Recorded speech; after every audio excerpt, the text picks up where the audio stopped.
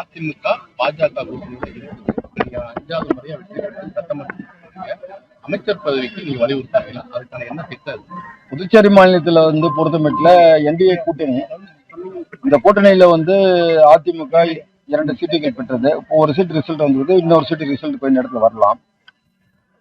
எங்களுடைய கழகத்தினுடைய பொதுச் செயலாளர் மாண்புமிகு எடப்பாடியார் அவர்கள் இங்க புதுச்சேரி மாநிலத்தில் அமைய இருக்கக்கூடிய இந்த என்டிஏ கூட்டணி அமைச்சரவையில எங்களுக்கு கூட்டணியில அங்கம் வைக்கணும்னு சொன்னா நாங்க அங்கம் வைப்போம். ரெண்டாவது நான் ஏற்கனவே சொன்ன மாதிரி தர்மத்துக்காக யாரும் அரசியல் நடத்தல. பலமுறை நான் இதோட 5வது முறை அந்த தொகுதியில் வெற்றி பெற்றிருக்கிறேன். அப்ப அடுத்த கேட்டகரி மக்களுடைய எதிர்பார்ப்பு, சரி நம்ம தொகுதியினுடைய எம்எல்ஏ ஒரு அமைச்சரா வந்தா நமக்கு நல்லது நடக்குமே அப்படி கூட நினைக்கலாம்.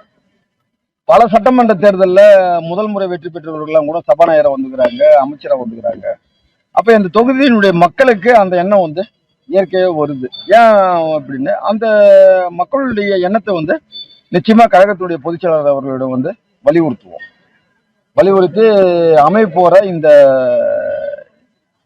மாண்புமிகு முதலமைச்சர் ரங்கசாமி தலைமையிலான இந்த ஆட்சியில அதிமுகவுக்கு கூட்டணியில நிச்சயமா பங்கு கிடைக்கும். வருங்காலத்துல மக்களுடைய எதிர்பார்ப்பு பூர்த்தி செய்யுங்க. எப்படிங்க? வருங்காலத்துல மக்களுடைய எதிர்பார்ப்பு உங்க கேள்வி நான் முதல்ல சொல்லிட்டேன். அப்புறம் 5 ஆண்டு காலமா இனிமே மக்களுக்கு உழைத்து அவங்க வாக்களித்த மக்களுக்கு நன்றி அப்படி நான் செலுத்துவோம்னு சொல்லியிருக்கிறேன். தமிழகத்துல விஜயோட வெற்றி பாருங்க.